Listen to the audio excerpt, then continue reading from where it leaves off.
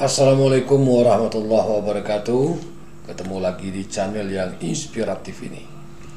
Baik sahabat, untuk video kali ini kita akan mereaksi sebuah video yang luar biasa lah ya, yang mana Bapak Prabowo tampil di Forum Ekonomi Qatar, yang mana beliau tampil dengan penuh kewibawaan ya, dengan ketegasan beliau, sehingga betul-betul forum ekonomi Qatar ini terkesima ya, dengan kemampuan berbahasa dan retorika beliau ya. Bahkan beliau mampu menjawab beberapa pertanyaan sulit. Seperti apa? Sama-sama kita saksikan videonya berikut ini. I want to touch on your spending plans. When you campaign, you talked about how you want to provide free lunches. What's also ambitious in moving your capital from Jakarta to Nusantara, a project that will cost you $35 billion. Why is it a worthy cause? Bapak Prabowo, you are a general. I was a general. I'm You're, retired. yeah, you're a general. Saya Some jenderal, people are katanya. concerned. Your critics are concerned. You may clamp down on democracy. What do you say to them? Who is concerned? There's some critics who say you may clamp down on democracy. Who is concerned? So you're saying Who is concerned? there is no concern about that? Why don't you ask the Indonesian people? I go to elections already 4 times. I go to my people. I ask their consent. 3 times they did not give their consent. This time they give the consent. Where is the concern about democracy? The concern about democracy is, I think, made up by some people in the press. So that would be us then. Iya, itu sahabat ya. Sama-sama kita saksikan bahwa beliau mengatakan bahwa kritika terhadap dirinya ya tentang demokrasi yang sama-sama kita ketahui kemana arahnya. Beliau mengatakan bahwa 4 kali beliau mencalonkan dan 1 kali ini beliau mendapatkan mandat. Apa yang salah dengan demokrasi? Apa yang dikhawatirkan tentang bagaimana beliau mampu menjaga demokrasi? Dan yang lebih hebat lagi, saya melihat tadi gestur beliau ketika mendebat jurnalis tadi ya. Kemudian beliau sedikit berpaling ke publik ya, menanyakan siapa yang mengklaim, yang mengatakan itu gitu ya. Nah, itu suatu ketegasan mengatakan kepada jurnalis itu sebenarnya, atau kepada dunia ya, bahwa sebenarnya pertanyaan seperti itu tidak perlu diajukan kepadanya, dan pertanyaan itu tidak pantas dan tidak tepat buat dirinya. Seperti itu kira-kira. Ini luar biasa ya, kita lanjutkan. Each country has their own culture, history. Every leader of Menteri Pertahanan yang juga Presiden terpilih Prabowo Subianto melakukan kunjungan kerja ke Doha, Qatar. Beliau dijadwalkan untuk menghadiri forum ekonomi yang diselenggarakan di sana. Kunjungan ini merupakan bagian dari rangkaian kegiatan internasional yang diikuti oleh Prabowo setelah pertemuannya dengan Kunjungan Presiden Uni atas Emirat nama Arab, Sheikh Mohammed bin Menhan, Zayed ya. Al Nahyan di Abu Dhabi. Good morning. Indonesia is on the cusp of a new president. Prabowo Subianto is a 4-star general turned politician. He says he's more than ready to lead. This is a country of 280 million people with an ambition of being the 5th largest economy in 2045. President-elect Prabowo Subianto, thank you for joining us today. Thank you for inviting me. You campaigned on the promise of continuity. Give us a sense of what policies will be a priority in your first 2 years of government. Yes, as you know, nation building is a long-term process, and President Joko Widodo has built a strong foundation, and I'm determined to Luar build biasa on kemampuan that berbahasa foundation. beliau ya. And my core focus will be first on food security. Indonesia must be self-sufficient in food, and then energy security, energy self-sufficiency, And we are determined to bring down poverty in a massive campaign, massive effort. I'm determined to get rid of hunger amongst our people, especially the young. And in the end, we have to concentrate on processing our natural resources.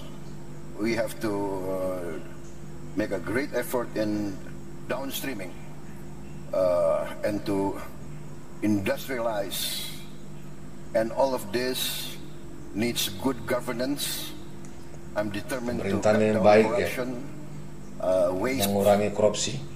and with that, we are very confident, we are very bullish, we are very determined to bring this all about. All very ambitious if you want to do it within your first term, which is 5 Sesuatu years. yang ambisius katanya.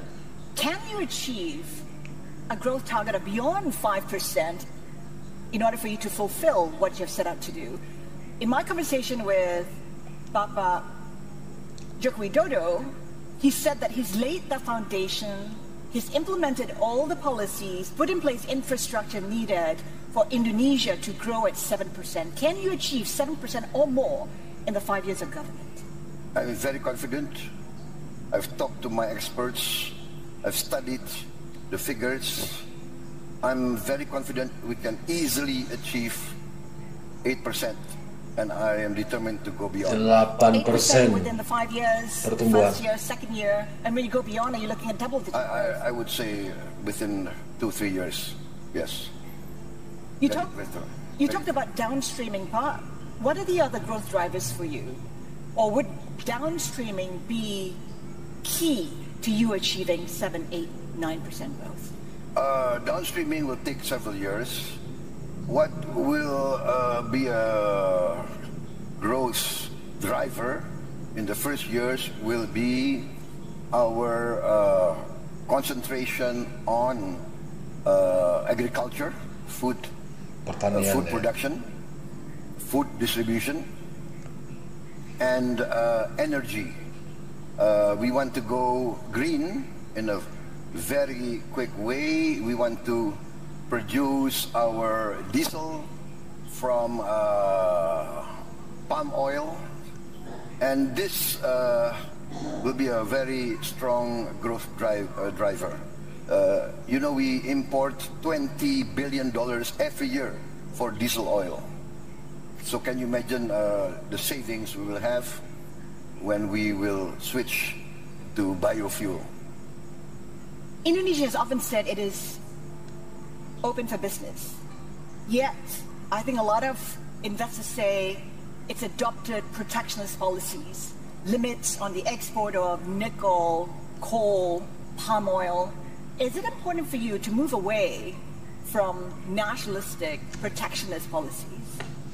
No, I think there's a misperception. We are not protectionist. What we are doing is very logical. Every country in the world will fight or will protect the national core interest of their people. Melindungi And kepentingan inti, we think that kepentingan inti we want to rakyat. industrialize, and those are our natural resources. We have to protect our interest in the sense that we must get the full value, right? We cannot keep importing industrial goods all the time. It's not fair to our people. We will not be an advanced industrial society if we are just a producer of raw materials. I want to touch on your spending plans. When you campaigned, you talked about how you want to provide free lunches, free milk for students, and some are questioning how you will pay for such a program. Masalah makan gratis Can you ya. fund that program if you're unable to perhaps raise the limit of your budget deficit beyond 3%? You said you can. We have studied this. We have, what do you call it? We studied all the figures, and we are very confident we can do that. Sangat We are very yakin kata confident we beliau. can do that.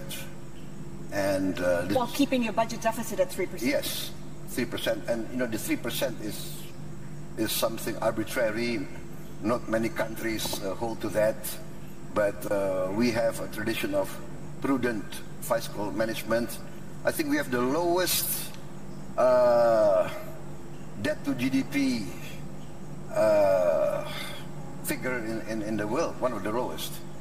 And so now I think it's time to be a bit more daring within good governance. So What does that mean? Raising the limit beyond 3? Would 4, 5% still be comfortable, prudent? We calculate that it's a matter of refocusing and cutting down the waste, cutting down the allocation to non-essential activities. So it's a matter of efficient, good governance, good administration, good management.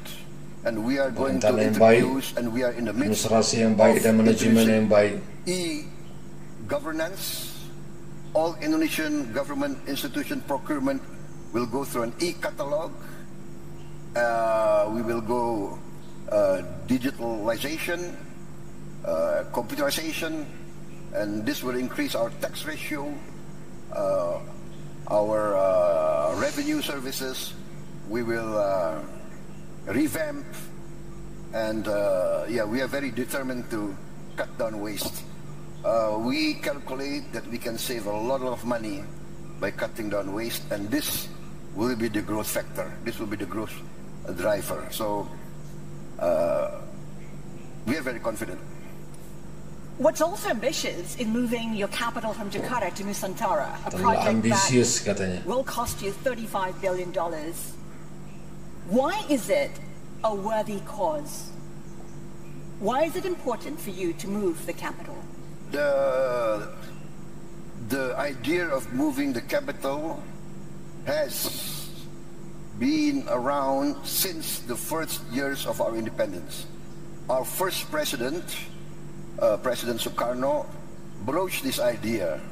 First, the idea was to put our capital in a more central location. Number two, Jakarta, its surroundings, and Java is very, very highly populated. So the Sangat ecological padat burden populasinya, of Jakarta penduduknya. is tremendous. We are facing a rise in the ocean. It's around between 5 to 10 centimeters a year. And so we have to build a giant seawall. That's one of my programs also. But moving the capital is one way to bring growth outside Jakarta, outside Java, and also in the next few years, before the giant seawall can be completed, which will take maybe 10, 15 years, our capital is safe from inundation. Is funding an issue?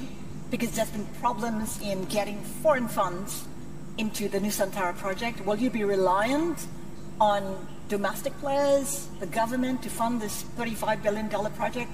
Yes, $35 billion, but the calculation is we will need 25 years to 30 years to complete this capital. So if you say $30 billion over 30 years, that's $1 billion a year. Indonesia's economy, Indonesia's budget can carry that. So we are very confident. I mean, I believe Capital City is a political project, and the main drivers must be the domestic resources, and then the foreign investment will come in later.